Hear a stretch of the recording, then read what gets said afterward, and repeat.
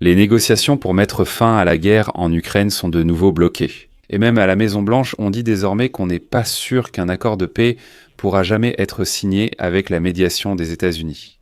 Les Russes refusent de poursuivre les négociations si l'Ukraine n'accepte pas toutes les concessions de Vladimir Poutine. Et pendant que vous planifiez peut-être comment passer Noël à Miami, le sort des territoires ukrainiens était en jeu. C'est là-bas que, pendant 3 jours, des négociations ont eu lieu entre les Américains, les Ukrainiens et les Russes, et les nouvelles qui en proviennent sont, pour le moins, édifiantes. Le vice-président des États-Unis, J.D. Vance, a annoncé aujourd'hui une avancée dans les négociations pour résoudre la guerre menée par la Russie contre l'Ukraine. Mais vous savez, quand vous apprendrez en quoi consiste cette avancée, vous aurez envie de demander « Écoutez, de quel côté jouent vraiment les États-Unis d'Amérique? Sont-ils nos alliés ou pas ?» Parce que selon J.D. Vance, il s'avère que cette avancée consiste simplement à reconnaître que la Russie exige un contrôle total sur le Donbass. Et Washington appelle cela une réalité terrible mais probable, je cite. Et J.D. Vance affirme que, soi-disant, les négociations traînent uniquement parce que l'Ukraine ne veut pas céder les terres ukrainiennes des régions de Donetsk et de Louhansk. Et Vance affirme que, soi-disant, la délégation ukrainienne dit en privé que eh bien oui, nous perdrons probablement ces territoires pendant la guerre, dans quelques années. Mais il refuse de les céder, et Vance affirme qu'ainsi la guerre aurait déjà pris fin. Et en même temps, Moscou joue une pièce de théâtre pour l'Europe. Aujourd'hui, le vice-ministre des Affaires étrangères de la Fédération de Russie, Ryabkov, a soudain juré que la Russie n'attaquerait pas l'OTAN. Il en a dit plus, nous allons l'analyser aujourd'hui. Alors pourquoi le Kremlin change-t-il sa rhétorique précisément maintenant? Pourquoi parle-t-on de négociations constructives en Floride alors qu'il s'agit surtout d'un nouvel ultimatum? Et qu'adviendra-t-il de la centrale nucléaire de Zaporizhia, que J.D. Vance propose de placer sous contrôle conjoint? Parce qu'il dit qu'il faut encore déterminer à qui elle appartient réellement, et que c'est complètement absurde. Résumons les résultats des négociations en Floride. Pour l'instant, je m'appelle Alexei Pitchy. Discutons ensemble de ce sujet, mais avant de commencer, je vous demande de vous abonner à cette chaîne, de mettre un like et d'écrire n'importe quel commentaire sous cette vidéo. Cela aide énormément à promouvoir les épisodes sur YouTube et abonnez-vous à ma chaîne Telegram Pitchy News. Le lien est dans la description de cette vidéo. Nous y publions des actualités en temps réel. Alors, voyons ce qui s'est passé en Floride. Après cela, le vice-président des États-Unis, J.D. Vance, déclare qu'il y a une percée dans les négociations, mais que la mesure ne sera peut-être pas prise dans un avenir proche. Les 19 au 21 décembre, des consultations à huis clos ont eu lieu à Miami. D'abord entre Américains et Ukrainiens, puis 2 jours avec les Russes, et enfin de nouveau avec les Ukrainiens.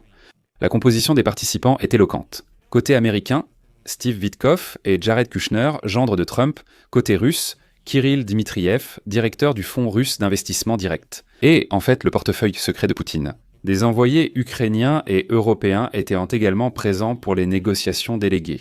Cependant, les principales négociations se tenaient à huis clos, loin des regards indiscrets. Il faut noter qu'il y a eu d'abord une coordination avec l'Ukraine avant les négociations entre Américains et Russes. Aujourd'hui, 22 décembre, le vice-président américain J.D. Vance accorde une interview qui, excusez-moi, fait vraiment tomber les masques. Il a déclaré, je cite, « Ce matin, j'ai reçu des informations actualisées de la part de nos négociateurs. La percée que, selon moi, nous avons réalisée, c'est que toutes les questions ont en réalité été mises sur la table. Ça sonne bien, oui, une percée. Toutes les questions sont mises sur la table, mais traduisons du langage diplomatique au langage courant. En fait, mettre les questions sur la table. Cela signifie que la Russie a mis sur la table ses exigences, et que les États-Unis, ce qui est très important, n'ont pas jeté ces exigences à la poubelle, mais ont commencé à en discuter. » Vance continue. Et c'est là que commence le plus douloureux, citation. « Je pense que les Russes veulent vraiment un contrôle territorial sur le Donbass. Les Ukrainiens, bien sûr, considèrent cela comme un grave problème de sécurité, mais en privé. Les Ukrainiens reconnaissent qu'au final, ils perdront probablement la région de Donetsk. Cela pourrait arriver dans 12 mois, voire plus tard. C'est pourquoi cette concession territoriale représente un retard important dans les négociations. C'est une terrible concession territoriale. Je dirais, réfléchissons. » Le deuxième personnage de l'administration américaine, J.D. Vance, déclare publiquement que la perte de la région de Donetsk n'est qu'une question de temps. Et c'est notre allié qui dit cela. Il parle d'une terrible concession, tout en la considérant inévitable. Et il accuse aussi l'Ukraine, disant que si l'Ukraine avait cédé ses territoires à Poutine, les négociations n'auraient pas traîné, elles seraient tant déjà terminées. Excusez-moi, mais cela fait longtemps que Poutine exige « Donnez-moi les terres ukrainiennes et j'arrêterai soi-disant la guerre ». Alors pourquoi n'acceptez-vous pas cela, nous dit Wance. En fait, il relaie le récit du Kremlin en disant « Les gars, donnons simplement aux Russes ce qu'ils n'ont pas pu prendre et qu'ils ne pourront clairement pas prendre, puis séparons-nous simplement ». Et cela diverge fortement de la position de Steven Witkoff, qui disait littéralement hier que l'Ukraine veut justement la paix et la cherche, ce qui est très important. Wance affirme qu'il refuse de céder des territoires, ce qui retarde les négociations. Mais il est important de noter que l'administration Trump-Wance ne veut pas la victoire de l'Ukraine, elle veut un accord, et pour cet accord, ils sont prêts à faire pression sur Kiev, qualifiant l'occupation de nos villes simplement d'obstacle aux négociations. Et faisons peut-être une remarque. Jean-Daniel Houan a également déclaré qu'il vaut mieux honorer ses parents que de donner de l'argent à l'Ukraine. C'était une allusion au fait qu'il vaudrait mieux donner de l'argent à nos retraités qu'à l'Ukraine. Eh bien, il a appris ça de Trump.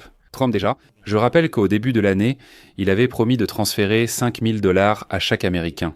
Il y a un mois, il avait promis 2 000 $ à chacun, et maintenant c'est déjà 7 000 $. Chacun aurait dû recevoir, mais pour une raison quelconque, personne n'a reçu. Wance dit « Et si nous donnions l'argent que nous dépensons pour l'Ukraine, bien que, je rappelle, sous Trump, nous n'en avons dépensé aucun, aux retraités ?» Wance suggère qu'une capitulation rapide de l'Ukraine faciliterait les choses pour tous. Ainsi, lorsqu'on entend une déclaration de J.D. Vance, il faut en tenir compte. Mais les appétits ne se limitent pas au Donbass. J.D. Vance a également révélé au public d'autres détails des négociations en Floride. La conversation a porté sur la centrale nucléaire de Zaporizhia.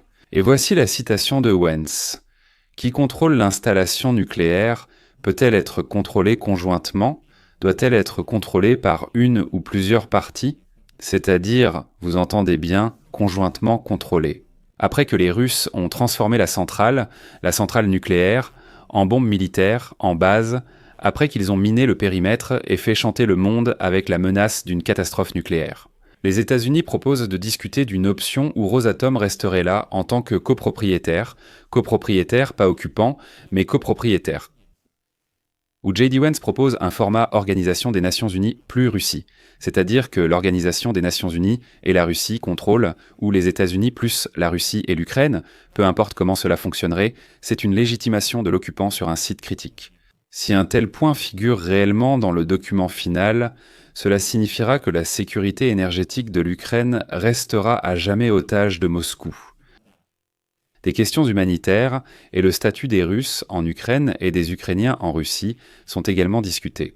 Encore une citation de Vance. « Nous avons fait des progrès, mais assis ici aujourd'hui, je ne serais pas sûr que nous parviendrons à un règlement pacifique. Il y a une forte probabilité pour l'un comme pour l'autre. » Si vous n'avez pas saisi le sens de cette citation, écoutez-la encore. Il n'y a aucune garantie de paix, mais le processus est lancé et suit un scénario qui plaît à Moscou. Ce n'est pas anodin. Le négociateur russe Kirill Dmitriev a qualifié de constructives les discussions avec Kouchner à l'issue de leur rencontre. Et quand les Russes disent que c'est constructif, cela signifie que personne ne les a envoyés promener comme le fameux navire russe. Et maintenant, regardons l'autre côté de la médaille. Alors que J.D. Vance cible l'Ukraine, Moscou cherche à affaiblir et endormir l'Europe. Le 22 décembre, Sergei Ryabkov, vice-ministre russe des Affaires étrangères, a fait une déclaration. Nous, bien sûr, n'avons pas l'intention d'attaquer les pays de l'Union européenne et de l'OTAN. La Russie ne poursuit pas les objectifs de conquête qui lui sont attribués. Moscou est prête à confirmer juridiquement que l'attaque contre l'OTAN et l'Union européenne ne fait pas partie de ses plans. Il s'avère qu'on attribue à la Russie des objectifs de conquête. Rappelez-moi, s'il vous plaît, au moins une période de 10 ou 5 ans où la Russie n'a combattu nulle part. La question est, pourquoi alors fait-elle la guerre ? Pourquoi Vladimir Poutine essaie-t-il de restaurer l'Empire russe ? Ce n'est pas une question de conquête. Vous sentez ce que c'est ? C'est une manipulation russe classique. Vladimir Poutine, via Ryabkov, déclare à Scholz, Macron et aux autres « Détendez-vous, nous ne voulons ni Berlin ni Paris, juste l'Ukraine. Donnez-nous l'Ukraine et nous signerons que nous ne vous attaquerons pas. » Et Ryabkov s'est même plaint qu'il y a peu de gens en Europe prêts à construire une architecture de sécurité, je cite, conjointement avec la Russie et non contre elle. C'est un piège et malheureusement, une partie des élites européennes pourrait y tomber. Rédacteur, ils sont fatigués de la guerre, Donald Trump leur fait peur. Ryabkov arrive et propose la paix en Europe contre l'abandon de l'Ukraine. Mais il ajoute aussitôt une note amère pour éviter toute détente, je cite. Il subsiste des risques importants de confrontation entre la Russie et l'OTAN en raison des actions hostiles et inadéquates des pays européens. Pour le dire en termes simples, cela signifie que si vous continuez à aider l'Ukraine avec des armes, nous continuerons quand même à provoquer, à organiser des attaques hybrides, et ainsi de suite. Si vous lâchez l'Ukraine, alors nous pourrons essayer d'être amis.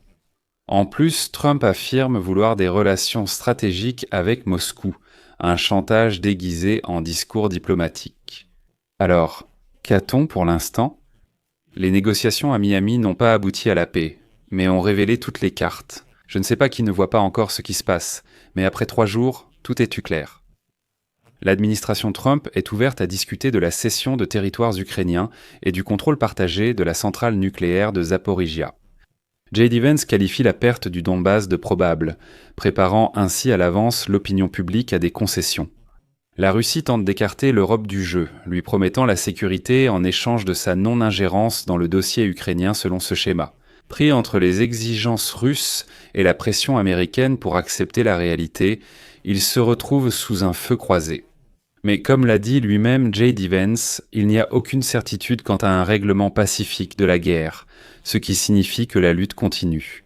Peut-être que la fermeté de Kiev et des capitales européennes brise cet accord conclu dans notre dos. Je mets des points de suspension ici. Partagez vos avis et conclusions en commentaire, abonnez-vous, activez la cloche et mettez un like. Les amis, si cet épisode vous a intéressé et été utile, vous pouvez remercier le travail de cette chaîne YouTube par un don ou en vous abonnant via les liens et coordonnées payants. Dans la description de cette vidéo, il est écrit « Soutenir la chaîne Alexei Peschiy ». Choisissez le format qui vous convient le mieux. Je vous serai reconnaissant pour tout soutien de votre part. C'est tout pour aujourd'hui. Prenez soin de vous. À bientôt à tous.